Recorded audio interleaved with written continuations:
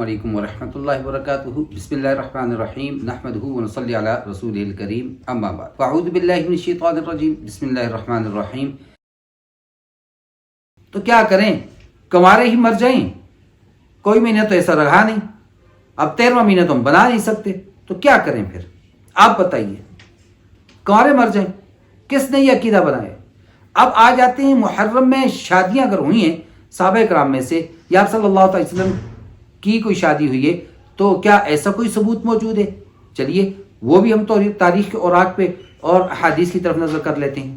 ایک معتبر قول کے مطابق فاتح خیبر حیدر کرار جناب حضرت علی المرتضیٰ کرم اللہ وجہہ رضی اللہ تعالی عنہ کی شادی حضرت فاطمہ رضی اللہ تعالی عنہ و ارضاہ سے اسی مہینے میں، اس مقدس مہینے میں، محرم کے مہینے میں ہوئی۔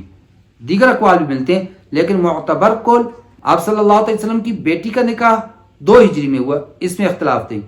کون سے مہینے میں ہوا، وہاں پر پھر اختلاف آ رہا ہے۔ اس کے علاوہ واٹس ایپ پر، سوشل میڈیا پر میسج بہت زیادہ چل رہا ہوتا ہے، وائرل ہوتا ہے کہ اس محرم کے مہینے میں 3 شخصیات کا نکاح اس محرم الحرام کے مہینے میں ہوا۔ زوجۃ النبی صلی اللہ علیہ وسلم حضرت صفیہ رضی اللہ تعالی عنہ و ارضاہ کا نکاح آپ صلی اللہ تعالی علیہ وسلم سے پہلا۔ دوسرا حضرت عثمان رضی اللہ تعالی عنہ کا نکاح جناب بنت رسول ام کلثوم رضی اللہ تعالی عنہ و ارضاہ سے۔ تیسرا داماد رسول حضرت علی رضی اللہ تعالی عنہ کا نکاح آپ کی بیٹی جناب حضرت فاطمہ رضی اللہ تعالی عنہ و ارضاہ سے ہوا۔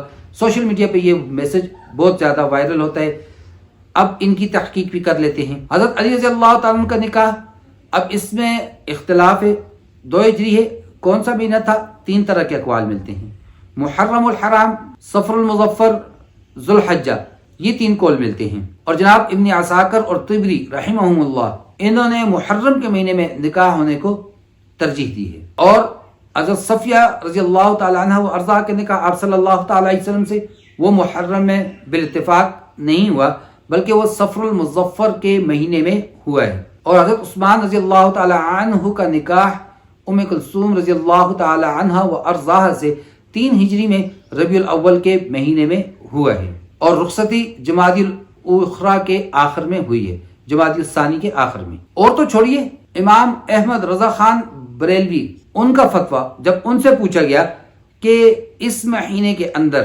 بعض سنی وہ عشر محرم کے اندر نہ دن کو روٹی پکاتے ہیں، نہ جھاڑو دیتے ہیں، اور یہ کہتے ہیں کہ یہ سوگ والا مہینہ ہے، اب تعزیہ میں روٹی پکائی جائے گی۔ ان 10 دنوں میں وہ کپڑے نہیں تبدیل کرتے، اور ان 10 دنوں کے اندر وہ کوئی نکاح نہیں کرتے۔ اس کی حقیقت، اس کا حکم کیا ہے؟ وہ جواب میں فرماتے ہیں تینوں باتیں سوگ ہیں، اور سوگ شریعت میں حرام ہے۔ حوالے کے لیے ان کی کتاب احکام شریعت، صفحہ نمبر 90، جلد نمبر 1۔ تو بھائی نکاح نہ کرنے کی وجہ ہم نے کہا اس مہینے میں یا تو اس مہینے کو ہم مانیں نعوذ باللہ منحوس، یا اس مہینے کو نعوذ باللہ ہم مانیں غم والا مہینہ، تو ایسا بالکل بھی نہیں ہے۔ لہٰذا نہ تو یہ منحوس ہے، نہ یہ غم والا ہے۔ شہیدوں پہ ماتم نہیں کیا جاتا، شہیدوں پہ خوشی منائی جاتی ہے۔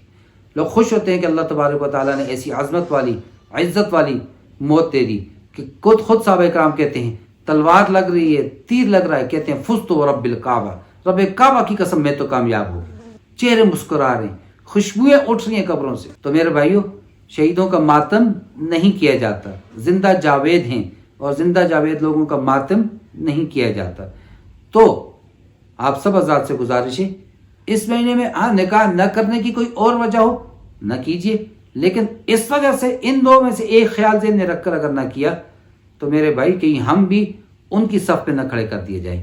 میں ظاہر کو دیکھ رہا ہوں، انسان ظاہر کو دیکھ سکتا ہے، دلوں کا حال اللہ جانتا ہے، تو اللہ سے کوئی چیز چھپی ہوئی نہیں ہے۔ یعلم خائنۃ الاعین، وہ آنکھوں کی خیانت کو بھی جانتا ہے، وہ یعلم ما تخفی الصدور، اور ان باتوں کو بھی جو سینے کے اندر چھپاتے ہیں۔ اللہ تبارک و تعالی مجھے اور آپ کو سمجھ اور عمل کی توفیق عطا فرمائے۔ وما علینا الا البلاغ۔ السلام علیکم ورحمۃ اللہ وبرکاتہ۔